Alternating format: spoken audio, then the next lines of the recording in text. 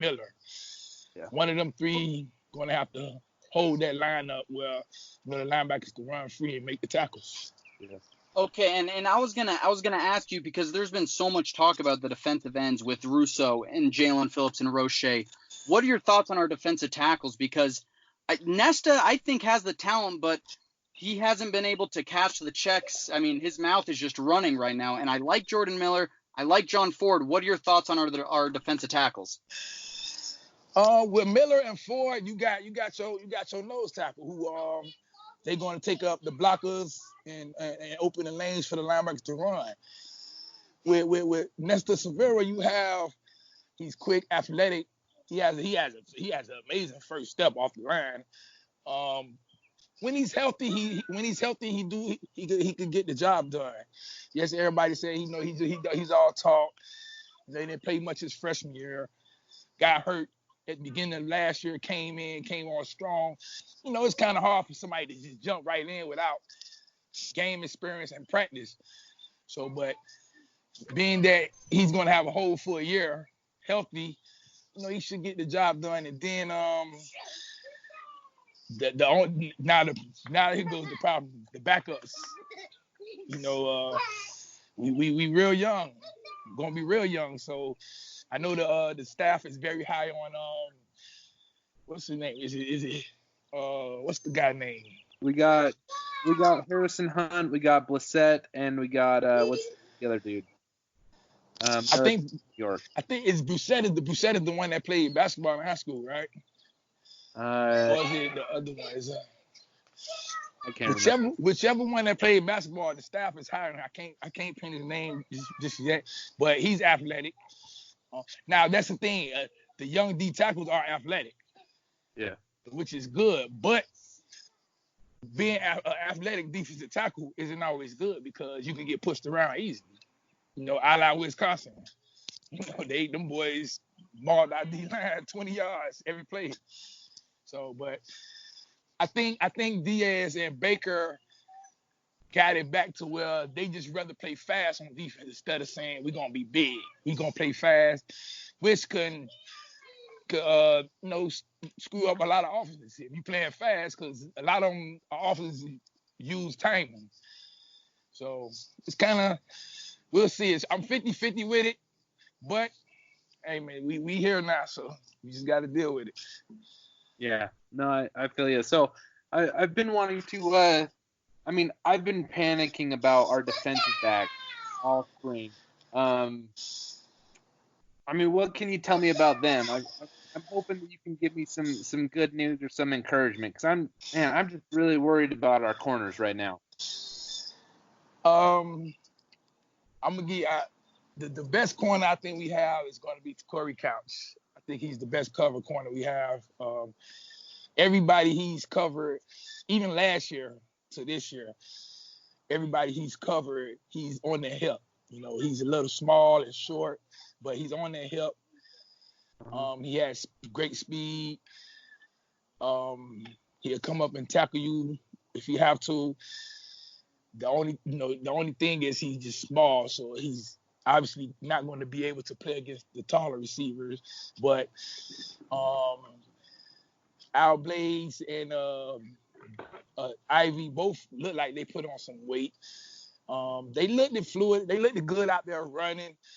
Like I say, it was just the offense was a lot faster than the defense this year so far. And yeah, you see some struggles because for one, they young back there. They don't have no leadership. The oldest guys are juniors. It's kind of hard to take leadership when you still young yourself. So yes. No, absolutely. But it is what it is. You got to line up and play. Blaze did a pretty good job last year for the most part. He just has to. They got to start getting turnovers. Yeah. And that's the only thing. Ivy, sometimes, and then sometimes you have a good game, sometimes you have a bad game, and then it leads over to the next game. Ivy issue was he had a bad game some games, and it leads over to the next game. Like I say, they're young, so they didn't, they don't know how to chalk that up and go to the next play. Yeah. And then on the back end, I think we in pretty good hands with Hall, Carter, and Bubba. Yeah. And I'm telling everybody right now, you expect Avonte Williams is going to play. Like people saying red shirt, I'm saying that's not going to happen. Yeah. No, He's going to play. I feel great about our safeties too. I should have said corners specifically because I'm worried about the number of bodies we got back there. You know, we only got like 4 or 5 dudes that are even on scholarship. Yeah, we have. I think right as of right now on campus we have 4 only. Yeah. And then 2 more coming. So altogether we'll only have 6. Now the good thing about that is all 6 will be back next year. But Yeah. we talk about this year. So but like I say again, I'm pretty confident with what they got because in today's game, you really don't have lockdown corners as often as you used to because the ball coming out so quick. So if our D line giving you that pressure, then we pretty much going the corners gonna do a good job. Yeah. No, I'm with you. Looking forward to recruiting. I mean, do you think we're gonna take like how many recruits do you think we're gonna take in this next class? I was thinking we have to take at least 3 or 4. Okay, say that again. I said I was thinking that we have to take at least 3 or 4 corners in this next class. I mean, for recruiting. We'll definitely take. What the standard number each year is to take three cornerbacks. We just haven't been meeting them numbers yearly, and then being that the scholarship limit, we could take 3. But I see what Banda and Diaz and Baker does. What they do is they recruit safeties who can play corner. So it kind of say, well, if we don't get them top corners, we can still get a top safety who can play corner. Like you got Avonte Williams who can play corner. Yeah. So now it's like. That's kind of the rumor is that he'll get some burn at slot corner this year. Do you think we'll see that happen? Yeah, I think so. It's like because I think they tried to do the same thing with Hall his freshman year, give him a little burn at slot.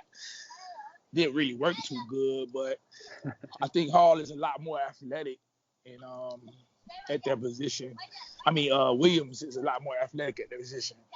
But again, it's hard to tell, because right now we only been in a one week of spring, no practice, so you never know.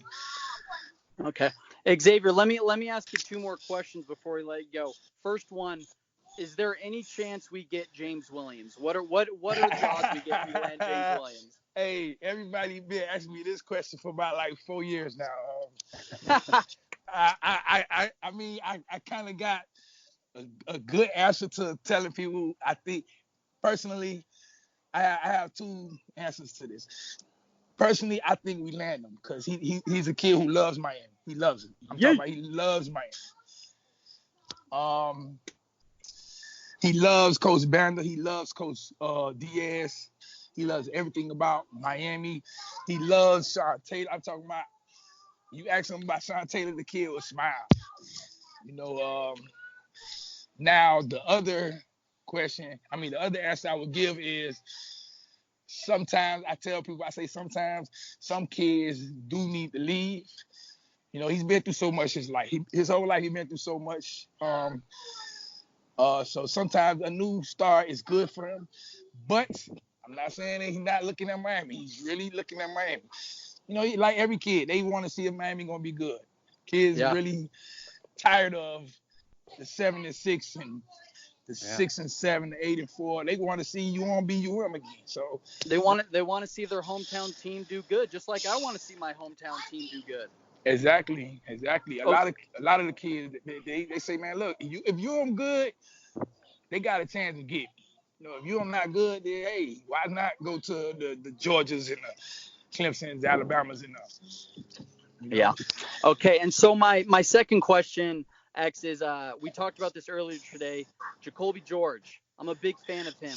What do you think of him? I love him. I love how he moves in the slot. At his school, they work him a lot on the outside, but he's a slot receiver, and he will excel in the new offense. And that's another recruit I think we land. Just gotta show him on the field. Him, and there's a couple other receivers that's down here that just want to see what you gonna do on the field. But you do think that Jacoby George comes to Miami? Yeah, I think he could be one on commit watch. He could have been on commit watch if it was spring still going on into the summer.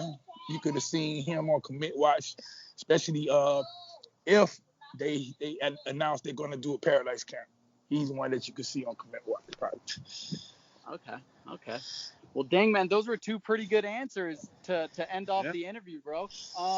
Hey, thank you so much for coming on the show, Xavier. You're welcome anytime to come back on, brother, and we love chatting it up with you on Twitter.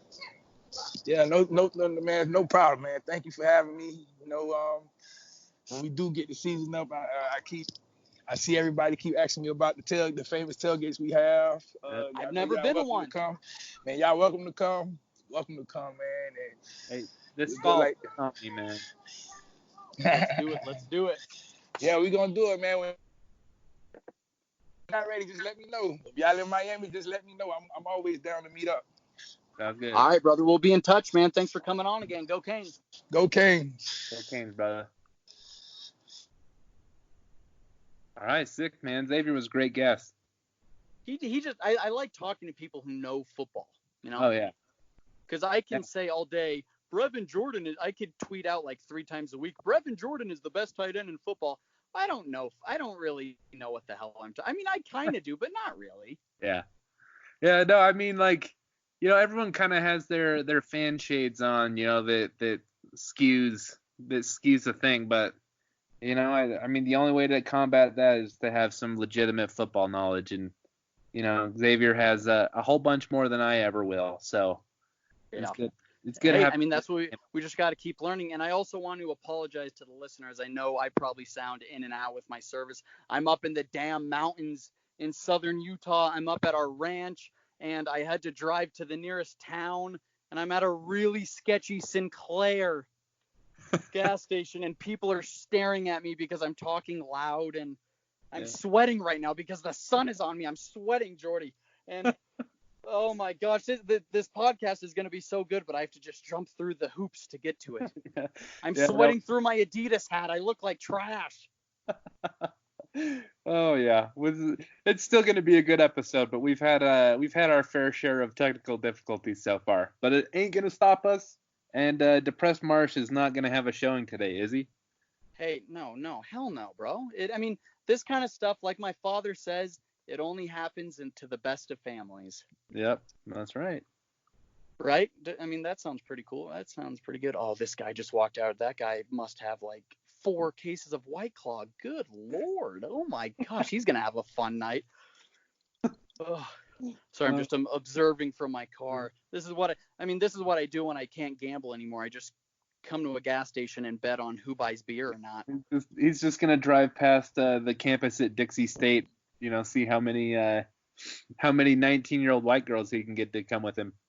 Yeah, I'll already be there doing the same thing. I'll be looking for a girl to take on a double date with you and your girl, Jordy. Oh yeah. That's so if anyone out there, if any girls listen to this, I doubt it. If you ever want to go on a double date, fly out to Utah. I won't fly out, but I'll buy for your dinner. I'll pay for your dinner. My girlfriend can just talk about coyotes and dogs and other animals that she's into for seemingly forever, which is what it's felt like for the last 2 years.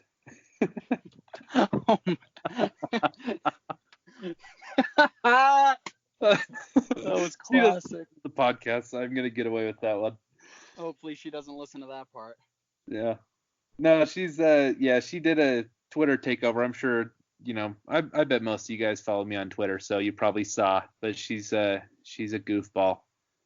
So. Hey, so am I though. I'm a freaking maniac, man. Like. Yeah. But can you imagine like being a boring piece of crap? Like I couldn't be boring. That would be hell. Well, that's exactly what I was gonna say. Is like, I'd rather be around people that are interesting than